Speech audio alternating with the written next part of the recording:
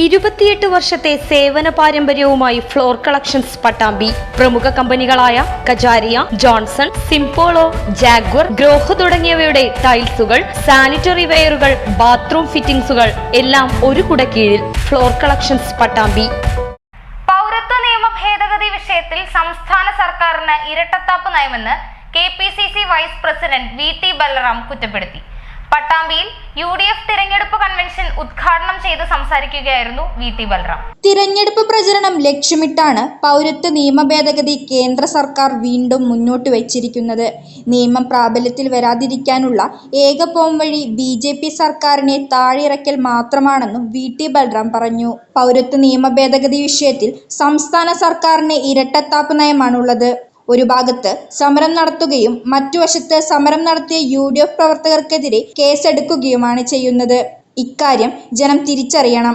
കല്ലുവെച്ച നുണകളാണ് CPM ഇക്കാര്യത്തിൽ സ്വീകരിക്കുന്നതെന്നും VT Balram കുറ്റപ്പെടുത്തി.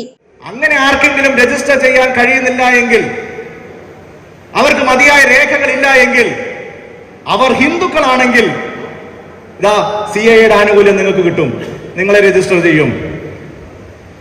നിങ്ങൾ ക്രിസ്ത്യാനികളാണെങ്കിൽ നിങ്ങളുടെ പേര് രജിസ്റ്റർ ചെയ്യാം. നിങ്ങൾ ബുദ്ധമതക്കാരോ പാഴ്സി മതക്കാരോ യഹൂദ മതക്കാരോ സിഖ് മതക്കാരോ ആണെങ്കിൽ, ജൈന മതക്കാരാണെങ്കിൽ നിങ്ങളുടെ പേര് ഈ CAA വെച്ചുകൊണ്ട് രജിസ്റ്റർ ചെയ്യാം. പക്ഷേ നിങ്ങൾ മുസ്ലിങ്ങളാണെങ്കിൽ ചെയ്യാൻ പറ്റൂല. അതാണ് പ്രശ്നം. ഇന്ത്യയിൽ ഇന്ന് നിലവിലുള്ള മുഴുവൻ മുസ്ലിങ്ങളും ഈ ഒരു നടപടിക്രമത്തിലൂടെ കടന്നു പോകേണ്ടതായിട്ട് വരും. അവർ ആർക്കെങ്കിലും രേഖകളില്ലെങ്കിൽ അവർ മുഴുവൻ ഒറ്റയടിക്ക് ഇന്ത്യയുടെ പൗരത്വമില്ലാത്തവരായി മാറും. പിന്നീട് നമ്മുടെ പണിയാണ് നമ്മുടെ അപ്പാപ്പന്മാര് ഉപ്പുപ്പന്മാര് ഇവിടെ ജീവിച്ചിരുന്നു എന്നതിന്റെ രേഖ ഉണ്ടാക്കി ഈ ഉദ്യോഗസ്ഥന്മാരെ ബോധ്യപ്പെടുത്തുക എന്നുള്ളത്. അങ്ങനെ ഈ രാജ്യത്തെ ഏറ്റവും വലിയ ന്യൂനപക്ഷത്തെ തെരഞ്ഞു പിടിച്ച് വേട്ടയാടുന്നതിന് വേണ്ടിയുള്ള ഒരു കരിനിയമമാണ് ഇത് എന്നുള്ളത് കൊണ്ടാണ് നമ്മൾ പറയുന്നത് ഈ നിയമം അറബിക്കടലിൽ വലിച്ചെറിയേണ്ടതാണ്. അതിന് ആർക്ക് സാധിക്കും? കോൺഗ്രസിന്റെ ഒരു ഗവൺമെന്റ് വന്നാൽ സാധിക്കും. വെറും 10-30 സീറ്റിൽ മാത്രമാണ് ഈ തെരഞ്ഞെടുപ്പിൽ CPM ഇന്ത്യയിൽ മത്സരിക്കുന്നത് തന്നെ. അതിൽ 2-3 സീറ്റാണ് അവർക്ക് പരമാവധി ജയിക്കാൻ സാധിക്കുക എന്നുള്ള യാഥാർത്ഥ്യം നമ്മുടെ മുമ്പിലുണ്ട്. ചിത്ര ഓഡിറ്റോറിയത്തിലാണ് നിയോജക മണ്ഡലം തല UDF തിരഞ്ഞെടുപ്പ് കൺവെൻഷൻ സംഘടിപ്പിച്ചത്. UDF ചെയർമാൻ KP വാപ്പുട്ടി അധ്യക്ഷനായി. അഡ്വക്കേറ്റ് M ഷംസുദ്ദീൻ MLA മുഖ്യപ്രഭാഷണം നടത്തി. തൊഴിലില്ലായ്മ ലോകത്തെ ഏറ്റവും കൂടുതൽ രൂക്ഷമായ പ്രദേശം, ഏറ്റവും രൂക്ഷമായ രാജ്യം ഇന്ന് ഇന്ത്യയാണ്. അപ്പൊ ഇതൊക്കെ വിസ്മരിക്കപ്പെടണം. തെരഞ്ഞെടുപ്പ് വരുമ്പോ മനുഷ്യരുടെ മതവും ജാതിയും വർണ്ണവും വർഗവും ഒക്കെ ആയിട്ടുള്ള ചർച്ചകളിലേക്ക് രാജ്യം പോകണം.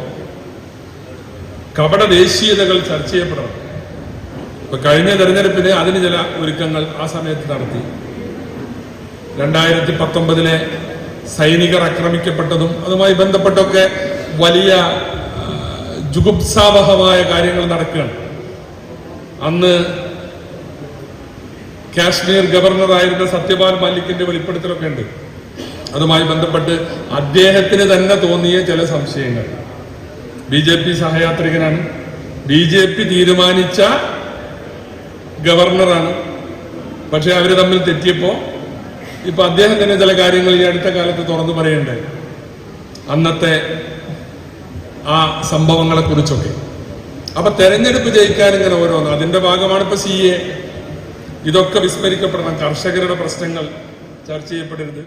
UDF പാലക്കാട് പാർലമെന്റ് മണ്ഡലം സ്ഥാനാർത്ഥി VK ശ്രീകണ്ഠൻ MP, മുസ്ലിം ലീഗ് സംസ്ഥാന വൈസ് പ്രസിഡന്റ് CAMA കരീം, മുൻ MLA CP Muhammad, KA Thulasi, Jithesh Mozhikkunnam, C Chandran, Riyas Mukkoli, C Sangeetha, ET Ummer, AP Ramadas, KTA Jabbar, PT Muhammad, advocate Ramadas, മറ്റു നേതാക്കളും പങ്കെടുത്ത് സംസാരിച്ചു.